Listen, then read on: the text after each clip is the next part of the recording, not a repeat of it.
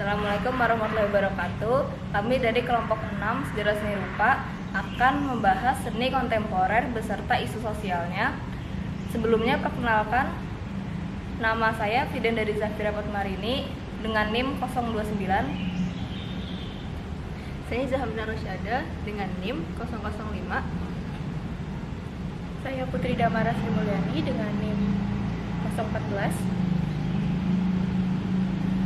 Saya Hana Novera dengan NIM 09. Saya Auliana Fitria dengan NIM 019. Saya Adia Biska Agumide dengan NIM 2501230. Langsung saja ke penjelasannya. Apa itu seni kontemporer? Menurut Marlene Stokstad, seni kontemporer adalah seni yang berkembang sejak pertengahan abad ke-20 hingga masa kini. Kata kontemporer itu sendiri berarti sezaman atau masa kini. Oleh karena itu, seni kontemporer selalu mengikuti perkembangan zaman dan kondisi masyarakat modern. Dalam buku History Art volume 2 halaman 1136 dijelaskan bahwa seni kontemporer berkembang dalam dunia yang semakin luas akibat globalisasi. Karena dunia berubah sangat cepat, cara seniman melihat kehidupan pun juga berubah. Mereka tidak lagi hanya membuat karya yang indah secara visual, tetapi juga ingin menyampaikan gagasan, kritik, dan respon yang terhadap realitas sosial. Ciri-ciri seni kontemporer. Yang pertama, itu biasanya cenderung bebas media. Seniman tuh biasanya menggunakan media lukisan, video, fotografi, instalasi, performance art, benda bekas, ataupun bahkan bisa tubuh manusia. Yang kedua, lebih menekankan konsep. Dalam seni kontemporer itu sendiri, ide lebih penting daripada teknik semata. Yang ketiga, bersifat kritis. Karya sering membahas tentang politik, lingkungan, perang, gender, identitas, budaya populer, dan kapitalisme. Terus yang ada keempat, tidak terikat aturan. Tidak ada aturan, tidak ada satu gaya utama. Semua bentuk ekspresi dianggap sah sebagai seni. Siapa yang memulai seni kontemporer? Seni kontemporer tidak dimulai dari satu orang saja, melainkan perkembangan dari seni modern dan seni saat ini. Ada beberapa tokoh yang dianggap sangat berpengaruh, yaitu Marcel Duchamp yang memperkenalkan konsep ready-made, yaitu benda biasa yang dijadikan benda seni. Contohnya urinoir, roda sepeda, benda sehari-hari. Duchamp mengubah pemikiran dunia seni dengan pertanyaan, apakah seni harus selalu indah? Inilah awal munculnya seni berbasis konsep. Yang kedua adalah Andy Warhol yang membawa budaya populer ke dunia seni seperti iklan, produk konsumsi, dan selebritas. Warhol menunjukkan bahwa budaya massal juga bisa menjadi objek seni. Yang ketiga adalah Jackson Pollock yang memperkenalkan teknik drip painting yang menekankan ekspresi spontan. Kapan seni kontemporer dimulai? Seni kontemporer dimulai setelah Perang Dunia II sekitar tahun 1950-an. Apa pengaruhnya? Karena setelah Perang Dunia II dunia mengalami trauma yang besar, yang kemudian membuat teknologi makin berkembang, media massa mulai bermunculan, ekonomi global yang berubah, serta budaya dunia yang beragam itu mulai bercampur. Hal ini membuat seniman mencari bentuk seni baru untuk menggambarkan kehidupan modern yang kompleks. Sebelum Perang Dunia II, seni hanya berfokus pada keindahan, mengangkat unsur agama dan kerajaan, serta memperhatikan teknik melukis. Setelah Perang Dunia II, seni mulai membahas tentang kecemasan manusia, konflik sosial politik, identitas, serta budaya-budaya beragam yang populer. Di mana seni kontemporer berkembang? Pada awalnya, pusat perkembangan seni kontemporer berada di kota New York, Paris, dan London. Namun, menurut Stokstad, globalisasi membuat seni kontemporer berkembang ke seluruh dunia, seperti Asia, Afrika, Amerika Latin, lautan termasuk Indonesia. Lalu pengaruhnya secara globalisasi. 1. Seniman lebih mudah bertukar ide. 2. Budaya mereka saling mempengaruhi. 3. Internet mempercepat penyebaran karya. Akibatnya seni kontemporer zaman sekarang jadi lebih beragam. Mengapa ide seni kontemporer bisa tercipta? Menurut Marie Stokstad, dunia setelah Perang Dunia Kedua mengalami perubahan ekonomi, sosial, politik, dan teknologi yang sangat cepat. Globalisasi juga membuat perubahan budaya semakin luas, sementara perkembangan media massa dan teknologi digital mengubah cara manusia melihat dunia. Akibatnya, banyak seniman merasa bahwa bentuk seni tradisional dan modern tidak lagi cukup untuk menggambarkan realitas zaman mereka.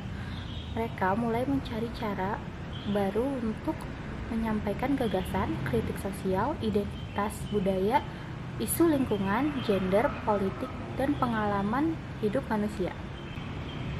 Ada beberapa faktor yang melahirkan seni kontemporer. Yang pertama adalah perubahan sosial dan politik, yang kedua adalah globalisasi, yang ketiga adalah perkembangan teknologi, yang keempat adalah penolakan terhadap batasan-batasan seni.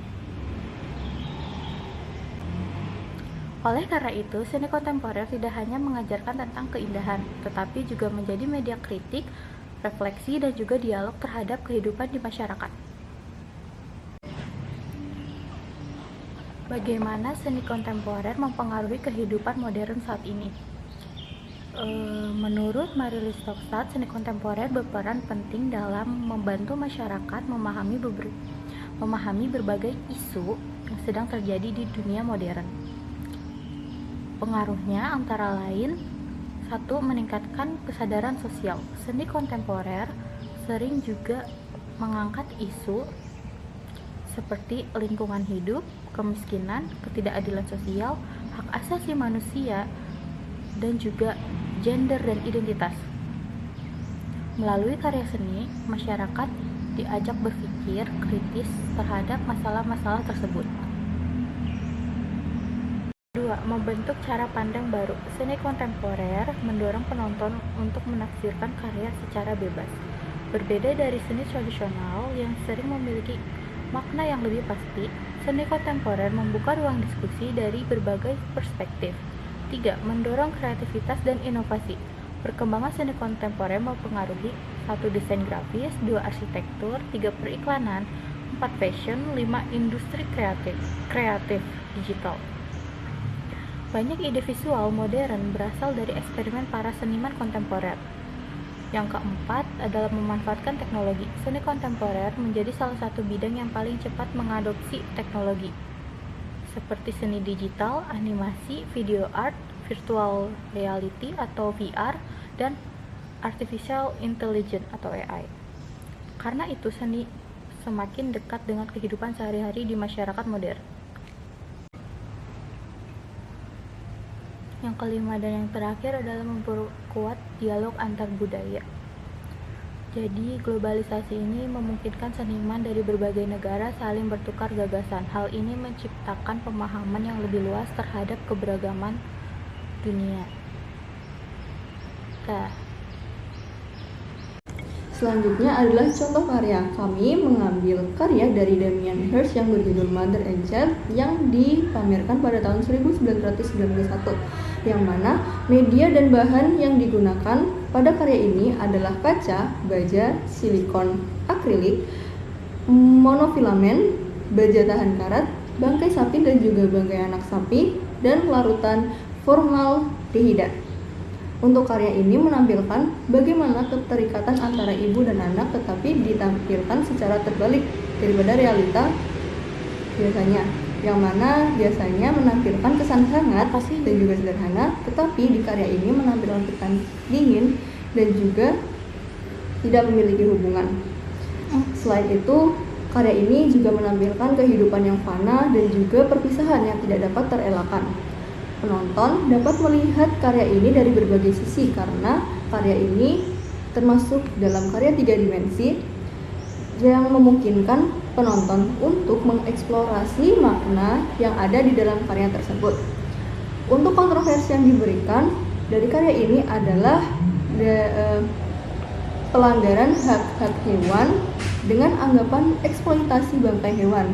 Namun di satu sisi, karya ini menggait Hearst untuk menuju penghargaan Turner Prize tahun 1995.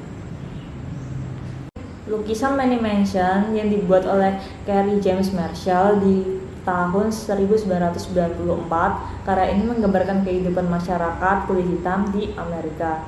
Tema karyanya adalah identitas rasial, ketidaksetaraan sosial, representasi budaya kulit hitam. Marshall ingin menunjukkan bahwa masyarakat kulit hitam punya tempat penting dalam sejarah seni. Marshall mengkritik seniman dunia seni yang selama ini lebih banyak menampilkan budaya kulit putih. Ia ingin menghadirkan representasi kulit hitam. Jadi kesimpulan dari presentasi kami tadi adalah seni kontemporer adalah seni yang berkembang di era modern dengan sangat dipengaruhi oleh globalisasi, teknologi, dan perubahan sosial masyarakat. Seni kontemporer tidak hanya mengejar keindahan visual, tetapi juga menyampaikan kritik, makna mendalam, gagasan, dan refleksi terhadap manusia. Sekian presentasi dari kelompok kami. Jika ada kesalahan kata mohon dimaafkan. Terima kasih.